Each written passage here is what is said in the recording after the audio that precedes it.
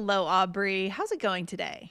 I'm great, Lindsay. How are you? I'm feeling pretty good today, ready to get into the IELTS details so our listeners can get past IELTS and move on, right? Absolutely. And I'm excited to talk about ways to buy time today because all of you out there listening, there's a good chance you'll get stuck on IELTS speaking, whether you're trying to think of the perfect word or trying to think of what your opinion could be. There are strategies you can use to fill that time. Yeah. So let me start with a question here for you, Lindsay. What do you do when someone asks you a question that you don't know the answer to, or maybe you're not sure about your opinion? That's a good question.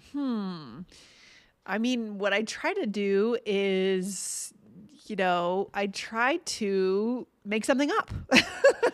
I think you just showed it, right? Because I had asked you a question and you're not sure and you're sort of filling the space with some kind of filler words and phrases. Because sometimes you have to make something up. Sometimes we narrate our thoughts out loud, right? We sort of fill the silence as Americans because we don't like silence. We're not going to silently just think. And you can't do that on IELTS either, right? We're allergic to silence. But this is where strategy becomes this is why sometimes even native speakers don't score 9s on IELTS because they haven't spent the time to study strategy for IELTS. And the strategy is you have a vocabulary opportunity, right, Aubrey? Exactly. Yeah, because on IELTS speaking, long pauses or hesitation will pull down your fluency and coherence score. But instead, you can use these interesting filler phrases that you have practiced ahead of time that have interesting vocabulary that you don't have to think about. You're ready to say them while you think of what you want to say next. Yeah. So what kind of situations, let's get our mindset into the speaking test room with the examiner. What kind of situations might actually cause you this hesitation, Aubrey? What could happen? There are a few things, right? So first of all, if you don't understand the question, you're not positive. Maybe there's a word in the question that's unfamiliar, so you're not positive you understand. Or sometimes you don't know the answer. We don't have ideas, right? I mean, we've talked about, especially on speaking part 3, you do kind of need to have some ideas about many topics. Right? Exactly. This can definitely happen that you're asked a question that you've not really thought about before, and you could struggle to come up with an answer right away. Or if you're unsure of your opinion, something might be quite divisive or, there are lots of possible opinions and something that you just sort of haven't thought through yet. Yeah, or you feel kind of wishy-washy about it, right? Yeah. You're not exactly sure what you think. You just don't have clarity. Or if you can't think of the vocabulary that you want, you're trying to nail down the word that you're trying to say, but you can't quite get it. These are all moments that could create that pause where you start to lose points. Right? Exactly. And the first thing that's good to realize is you're not alone. Every student faces these same situations. Yeah. So what's key is that you are ready for them, that you anticipate all of these things possibly happening, that you have something to say when this happens. You don't have to have the answer right away. You don't have to know your opinion right away, but you have to be able to say something. And that right there will mean the difference between getting a 6 on your speaking test or a 7 or higher, right? Exactly, right. It's important to keep speaking, even if you need a moment to decide how to answer. Yeah. So yes, that is vital for your fluency and coherence score. To be a 7 or higher, you cannot have pauses and hesitation. So in today's episode, let's go through 3 things we can do to fill that space, right, Aubrey? But first, before we get into it, go ahead and hit the follow button right there on IELTS Energy. If you're listening to the show, you love what we do, we are going to help you get past this test. We have so many resources for you right here on this podcast. Go ahead and hit the follow button now. Okay. Yes. Awesome. So let's dive in first. The first thing is you want to be able to use filler phrases. Yeah. Native English speakers do this all the time. We use lots of different phrases in these situations. You could rewind the episode and hear the filler phrases Lindsay used when I asked her this question. I'm not sure if I would necessarily use those as a great example. I think I did a few a few uhs. It was a little awkward. But it is because it's very native, right? Yeah. Native speakers use filler phrases. It won't pull down your score. But you make a good point, Lindsay, that you do want specific filler phrases that have better vocabulary, that have linking phrases that are actually going to boost your scores. If you're going to bother learning something ahead of time, make sure it's something high scoring. Yeah. And also, we're, of course, going to need to take these into our practice sessions, right?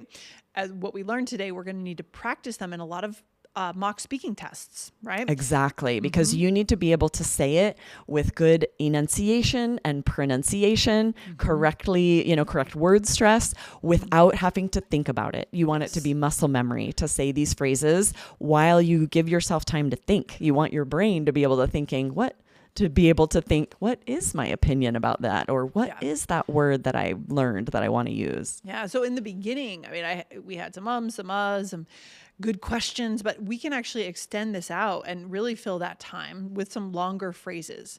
So one of them would be this, Aubrey. Are you ready for it? Yeah, let's do it. All right. So frankly, this isn't something I've thought much about or thought about much. Both would be fine. Perfect. Yes. And frankly is a band 9 word, right? You've definitely said honestly or to be honest, which is also good, but you don't want to be repetitive. So if you've already used those, this is great. Or to be frank. To be frank, this isn't something I've thought about a lot. And that you want to practice saying so that you don't have to think about it while you say it. If you really internalize this, what we're teaching you guys, it's really cool, because what other test will give you points for not knowing the answer? Right. That's a good point. And that's fine, right? You don't have to be able to answer right away. You can use a filler phrase or two. You do eventually have to answer the question, but you can buy yourself time first. Exactly. You're not going to stop with this. Frankly, this isn't something I've thought much about. Right. And that's it. That's all you say. Get an answer. But what you're doing, again, like Aubrey said, buying yourself that time. Okay. Exactly. And then you share more details while you consider how you want to answer. For example, your second filler phrase could be, I have no idea if this is the case for everyone, but those I know don't really discuss this a lot, right? So this, and for anything on speaking part 3, that could be the case, whether it's the environment or crime. Even if you have talked about this with friends, if you need a little time to think of vocabulary, to think of what you want to say, the examiner doesn't care if this is true. This is all just to save your fluency score. Save your fluency score while you start. And of course, your brain is working in the background as you're saying this. You're scanning for an idea, right? Exactly. An idea or the vocabulary you want. And practice these with interesting intonation as well, right? When you say, I have no idea or no clue would be good, emphasize the no. I have no clue if this is the case for everyone. Notice my intonation. Do not say these. Don't practice these with a monotone. Yeah, don't, because it won't help that score, right? Or maybe you'll get. It won't help your pronunciation score. You can boost fluency and pronunciation if you memorize these in a high scoring way. Yes. Or another thing we could say, that's a good question. I'm actually at a bit of a loss for words, and you need your intonation there, your up and down intonation. I'm actually at a bit of a loss for words, and you say it with a bit of surprise. Exactly, right? And at a loss for words is an idiom. So that's also improving vocabulary scores, pronunciation scores. When you have that up and down, definitely these you want to practice ahead of time. Practice before you answer a speaking question. Use one of these with interesting intonation. Okay. So what would be another thing? We have more ideas for our listeners, don't we? Our next one is, to be honest, I'm a little bit nervous right now and my mind just went blank. Yeah. And again, it seems like maybe we're being too vulnerable, but it's language. This is a language test, right? Absolutely. It's not bad to be honest or to admit you're nervous. All this does is improve your scores if you do so with good vocabulary, intonation, and no pauses. Yes, I love that. And then you could also say, the phrase, my mind went blank, it is an idiom. So that would get you some extra points there. Exactly, right? We're showing filler phrases here that have idioms because you have to use idiomatic language to get 7 or higher. So learn idioms with your filler phrases. Say this first while you think of your answer to get interesting intonation and great vocab scores. And what's a really cool ninja tactic we could use, Aubrey, if we get a controversial question, like about the environment, education and tech, or social issues like crime, healthcare? What is something we could say? And these are especially where you might have a hard time just diving in with your opinion. Maybe you haven't thought about it yet. So you can say, I know that many people might disagree with me here, but, and this is idiomatic just to say here like this, because you're not talking about here as in the place where you are. This is a chunk we use to, and it means, I don't know if everyone will agree about this. Yes.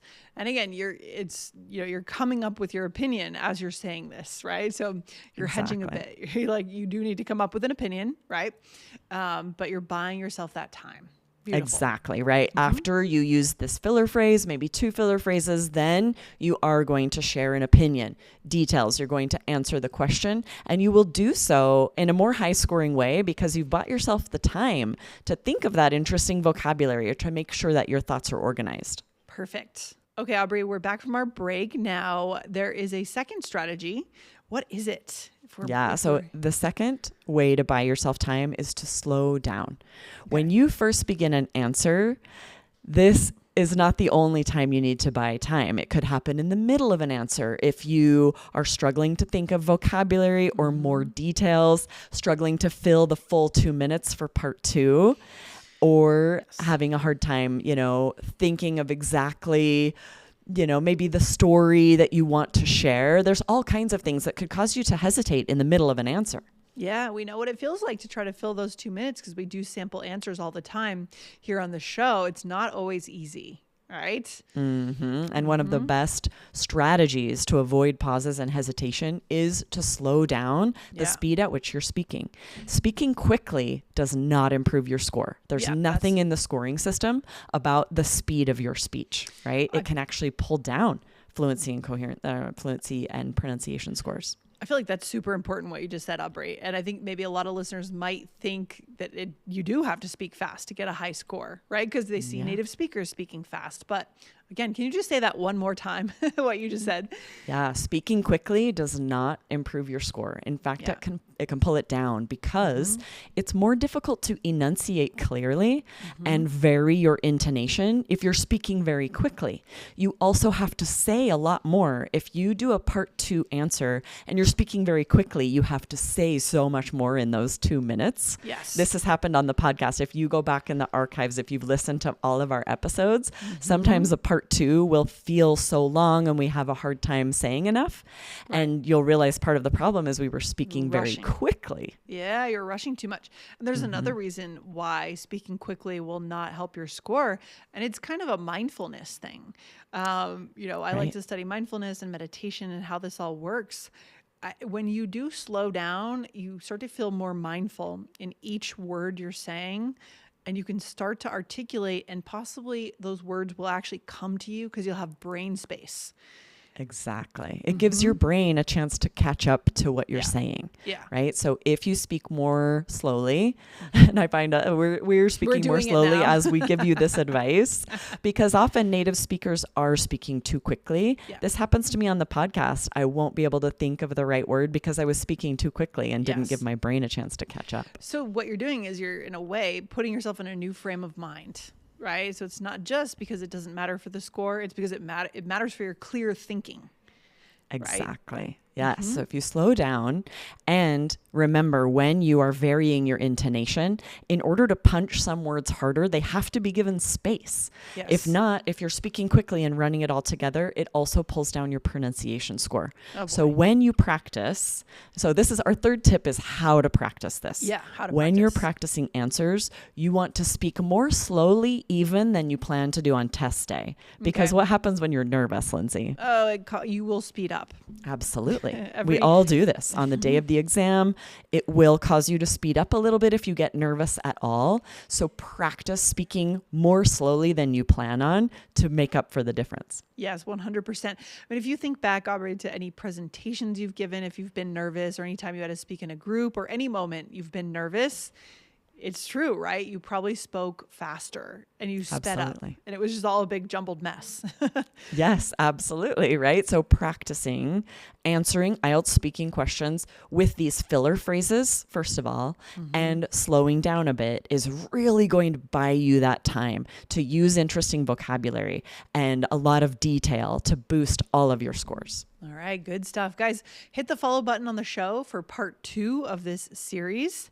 We're going to answer a speaking part 3 question using these strategies, right? So you'll see us slow down and take our own advice use here. These filler phrases. Exactly. We're going to show you how to use these strategies, especially in speaking part 3 answers where they're going to be the most necessary. Awesome. I love it. And what is a great other episode for our listeners to check out? Yes, if you missed it, scroll up and check out 1576. Make IELTS speaking your daily routine. This was really great vocabulary and sample answers about your daily routine, because you're likely to be asked about that on IELTS speaking. Yeah, exactly. And for a takeaway today, I mean, if, maybe this advice seems counterintuitive, or you would think you have to speak clearly, but there's nothing there. Quickly, yeah. sorry, clearly, quickly, slowly. Guys, everything we teach you here on the show comes back to the scoring system. Just keep that in mind, right? If you are working with a teacher who's teaching you these things and you're not sure if it's right, check the scoring system. It's available online publicly, right, Aubrey? Exactly, right? You can read through the IELTS scoring system. In fact, you should if you haven't.